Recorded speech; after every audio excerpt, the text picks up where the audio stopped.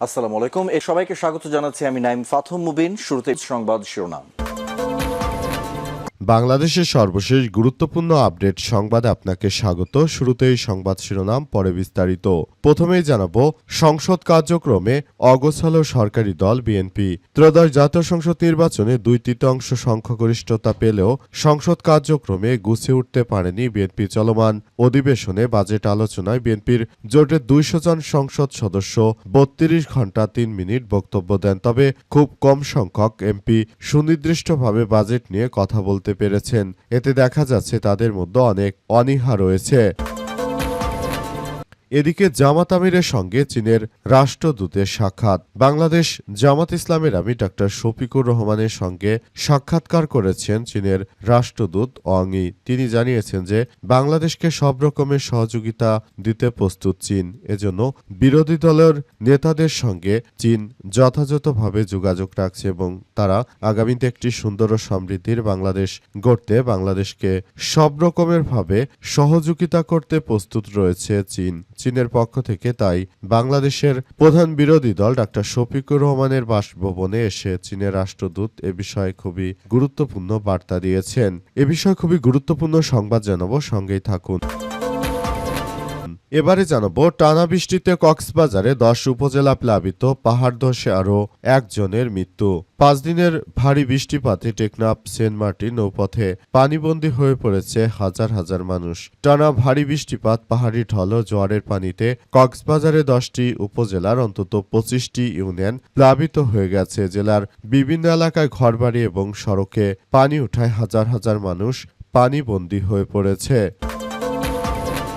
এরপর জানাবো, প্রশাসনের যোগ সাজেশে এনসিপির সমাবেশে হামলা দাবি জামাতের। এনসিপির জুলাই পদযাত্রার সমাবেশে ককটেল হামলার নিন্দা ও প্রতিবাদ জানিয়েছে জামাত ইসলাম। দলটির সেক্রেটারি জেনারেল মিয়া গোলাম পরোয়ার আজ এক বিবৃতিতে হামলাকারীদের দ্রুত গ্রেপ্তার এবং বিচারের দাবি করেছেন।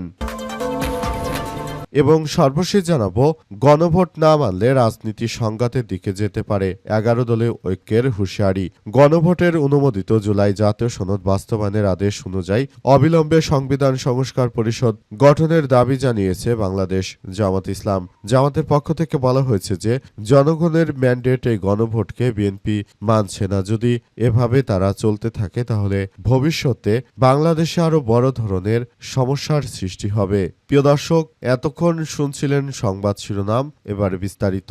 তবে তার আগে বন্ধুরা, অনুরোধ থাকবে এই সংবাদটিতে একটি লাইক দিন। এই চ্যানেলে আপনি নতুন হয়ে থাকলে আমাদের সংবাদটি দেখতে দেখতে চ্যানেলটি সাবস্ক্রাইব করে রাখুন। কমেন্ট করে বন্ধুরা আপনার মূল্যবান মতামত জানিয়ে দিন আপনি বিশ্বের কোন দেশ থেকে বা বাংলাদেশের কোন স্থান থেকে আমাদের সংবাদটি দেখছেন এবং শুনছেন। আর বন্ধুরা, সংবাদটি আপনার সোশ্যাল মিডিয়া ফেসবুকে শেয়ার করে বন্ধুদেরও দেখার সুযোগ করে দিন। গাজা যুদ্ধে আপনি যদি নিরীহ ফিলিস্তিনিদের ভালোবেসে থাকেন বন্ধুরা, কমেন্টে ইয়েস লিখে পুরো বিশ্ববাসীকে আমাদের এই তাজা আপডেটটি দেখার সুযোগ করে দিন। এবারে বিস্তারিত।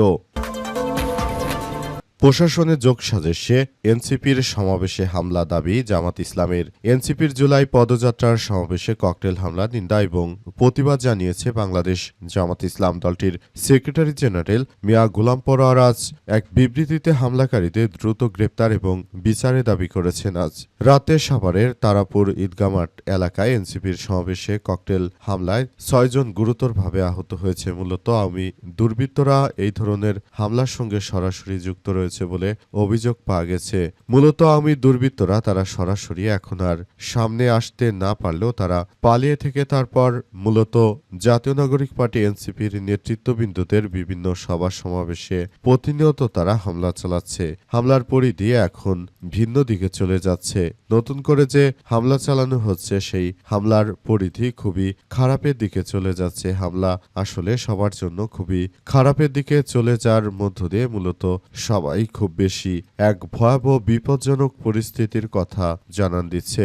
ইতিমধ্যেই এই সমস্যাগুলো আরও বড় আকারে দেখা যাচ্ছে, যেখানে জাতীয় নাগরিক পার্টি এনসিপির নেতৃত্ববৃন্দদেরকে যেখানেই পাওয়া যাবে সেখানেই হত্যা করার জন্য আওয়ামী লীগের পক্ষ থেকে পুরস্কার ঘোষণা করা হয়েছে নড়াইলে। সুতরাং এখনও যদি সরকার আওয়ামী লীগের বিষয়টি নিয়ে গড়িমসি করে, তাহলে অদূর ভবিষ্যতে বর্তমান বিএনপি সরকারের জন্য খুব কঠিন দিন অপেক্ষা করছে বলে জানিয়েছে বাংলাদেশ জামাত ইসলাম। টানা বৃষ্টিতে কক্সবাজারে ১০ উপজেলা প্লাবিত, পাহাড় ধসে আরও একজনের মৃত্যু। টানা ভারী বৃষ্টিপাতে পাহাড়ি ঢল এবং জ্বরের পানিতে কক্সবাজারে ১০টি উপজেলার অন্তত ২৫টি ইউনিয়ন প্লাবিত হয়েছে। জেলার বিভিন্ন এলাকায় ঘরবাড়ি ও সড়কে পানি উঠায় হাজার হাজার মানুষ পানিবন্দী হয়ে পড়েছে।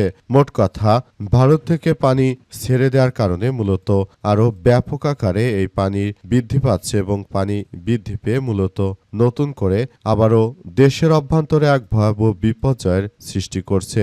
মূলত নতুন করে সব সমস্যাগুলোকে খুবই খারাপের দিকে নিয়ে যাচ্ছে।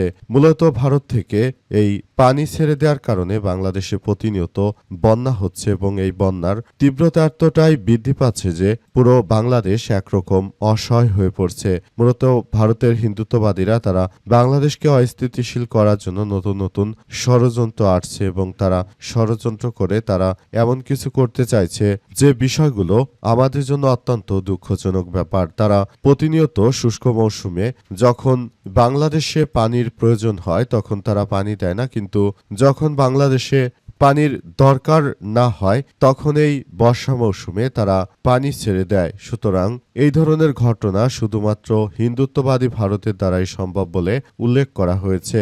নতুন করে বিষয়গুলো সবাইকে খুব গুরুত্ব সহকারে দেখভাল করতে হচ্ছে। সংসদ কার্যক্রমে অগোছালো সরকারি দল বলল বিএনপি। ত্রয়োদশ জাতীয় সংসদ নির্বাচনে ২/৩ সংখ্যাগরিষ্ঠতা পেলেও সংসদ কার্যক্রম গুছিয়ে উঠতে পারেনি বিএনপি। চলমান অধিবেশনে বাজেট আলোচনায় বিএনপি জোটের ২০০ জন সংসদ সদস্য ৩২ ঘণ্টা ৩ মিনিট বক্তব্য দেন। তবে খুব কম সংখ্যক এমপি সুনির্দিষ্টভাবে বাজেট নিয়ে কথা বলতে পেরেছেন। সরকারি দলের এমপিদের পাশাপাশি সংসদ অধিবেশনে উপস্থিত থাকতে মন্ত্রীদের অনীহাও আলোচনায় এসেছে। মূলত সেখানে বিএনপির অন্যান্য এমপি মন্ত্রীদেরকে উপস্থিত থাকার কথা থাকলেও কিন্তু প্রকৃতপক্ষে দেখা গেল যে তাদের অধিকাংশই উপস্থিত নেই। তার মধ্যে স্বাস্থ্যমন্ত্রী, আইনমন্ত্রী সহ তারা মূলত তারেক রহমানকে হয়তোবা থোড়াই কেয়ার করে না। সংসদ কার্যক্রমে তারা অগোছালোভাবে কার্যক্রম চালাচ্ছে, কিন্তু এই প্রক্রিয়ার মধ্য দিয়ে আমরা দেখতে পাচ্ছি যে বিরোধী দল অর্থাৎ জামাত ইসলাম তারা কি সুন্দরভাবে তারা তাদের কার্যক্রমগুলো চালিয়ে যাচ্ছে। মূলত তারা আসলে নিজেদের পায়ে নিজেরা কুড়াল মেরেছে বিএনপি, কারণ তারা যদি এটা না করতে পারত তাহলে হয়তো বিষয়গুলো হয়তো বা এমন কিছু হতো না। বিষয়গুলো সবার জন্য খুবই ভালো কিছু বয়ে আনত, কিন্তু বিএনপির এমপি মন্ত্রীদের কারণে বরং বিএনপির নিজেদের মধ্যে একরকম ভাঙনের সৃষ্টি হয়েছে। এর ফলে বিএনপির নেতৃত্ববৃন্দরা একরকম একা হয়ে পড়েছে। অবস্থায় সংসদে বিএনপির নেতৃত্ববৃন্দরা তারা একরকম অগোছালোভাবে কার্যক্রম চালাচ্ছে, যেটা বিরোধী দল জামাত তারা তাদের শক্ত প্রতিপক্ষ হিসেবে কিন্তু যথাযথভাবে চাপ প্রয়োগ করতে পারছে বিরোধীদের উপর। এটা জামাত ইসলামের নেতৃত্ববৃন্দের এক ধরনের খুবই দলের প্রতি একটা ভালোবাসার জায়গা থেকে তারা মূলত এসব কিছু করতে পারছে। জামাত আমিরের সঙ্গে চীনের রাষ্ট্রদূতের সাক্ষাৎ। জামাত ইসলামের আমির ডক্টর শফিকুর রহমানের সঙ্গে সাক্ষাৎ করেছেন ঢাকায় নিযুক্ত চীনের রাষ্ট্রদূত ওয়াং ওয়েন। আজ রাজধানী ঢাকার মিন্টো রোডস্থ বিরোধী দলীয় নেতার সরকারি বাসভবনে তাদের বৈঠক হয়েছে। জামাতের বিজ্ঞপ্তিতে বলা হয়েছে যে বৈঠকে তিস্তা মহাপরিকল্পনা, চীন মিয়ানমার বাংলাদেশ ইকোনমিক করিডোর এবং বাংলাদেশ চীনের বিনিয়োগ প্রস্তাবিত বিভিন্ন প্রকল্প নিয়ে বিস্তারিত আলোচনা করা হয়েছে। বিরোধী দলীয় নেতা সহযোগিতা, রোহিঙ্গা সমস্যার আশু সমাধান এবং রোহিঙ্গা জনগোষ্ঠীর প্রত্যাবর্ষণে চীন সরকারের সহযোগিতা কামনা করেছেন। বিজ্ঞপ্তিতে আরও বলা হয়েছে যে জনগণের কল্যাণে রাজনৈতিক, কূটনৈতিক এবং বন্ধুত্বপূর্ণ সম্পর্ককে অর্থনৈতিক উন্নয়ন এবং পারস্পরিক বাণিজ্য সম্প্রসারণ এবং সাংস্কৃতিক বিনিময়ে দুই দেশে অত্যন্ত গুরুত্বপূর্ণ ভূমিকা পালন করে আসছে। আগামী দিনে তা গভীর, সুদৃঢ় এবং বহুমাত্রিক হবে। বৈঠকে উপস্থিত ছিলেন বিরোধী দলীয় নেতার পররাষ্ট্র বিষয়ক উপদেষ্টা ব্যারিস্টার মীর আহমেদ বিন কাশেম আরমান, এমপি, পররাষ্ট্র বিষয়ক কমিটি সদস্য আলী আহমেদ মাবরুর, ঢাকাস্থ চীনা দূতাবাসের রাজনৈতিক সেকশন পরিচালিত ঝ্যাংজি রাজনৈতিক অ্যাটাচে রুকি সহ আরও অনেকেই সেখানে উপস্থিত ছিলেন।